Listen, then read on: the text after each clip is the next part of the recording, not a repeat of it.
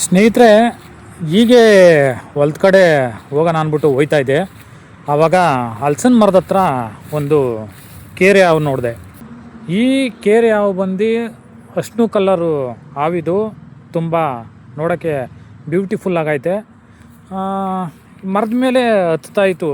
ಇದೇನಪ್ಪ ಇದು ಈ ಥರ ಮರದ ಮೇಲೆ ಹತ್ತಾ ಇದೆ ಅಂತ ನಾನು ನೋಡ್ತಾ ಇದ್ದೆ. ಹಾಗೆಯೇ ನೋಡಬೇಕಾದ್ರೆ ಅದು ಮೇಲೆ ಹತ್ತೋದು, ಅಲ್ಲಿಂದ ಹತ್ತಕ್ಕಾಗದೆ ಕೆಳಗಡೆ ಬೀಳ್ತಾಯಿತ್ತು.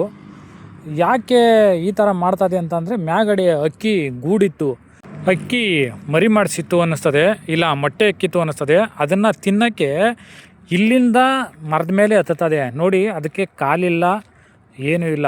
ಆದ್ರೂ ಸಹ ಎಂಥ ಮರ ಬೇಕಾದರೆ ಹಾವುಗಳು ಇಂಥ ಜಾಗಕ್ಕೆ ಹೋಗುವಂಗಿಲ್ಲ ಅಂತ ನಾವು ಏನು ಹೇಳುವಂಗಿಲ್ಲ. ಆದ್ರೂ ಹತ್ತಿ ಹತ್ರ ಆಹಾರಕ್ಕೋಸ್ಕರ, ಹೊಟ್ಟೆಪಾಡಿಗೋಸ್ಕರ, ಜೀವನ ಮಾಡೋಕ್ಕೋಸ್ಕರ ಇದು ಮೇಲೆ ಹತ್ತೆ ಅದನ್ನು ಸಾಹಸ ಮಾಡಿ ಅದನ್ನು ಊಟನ ತಿಂತದೆ.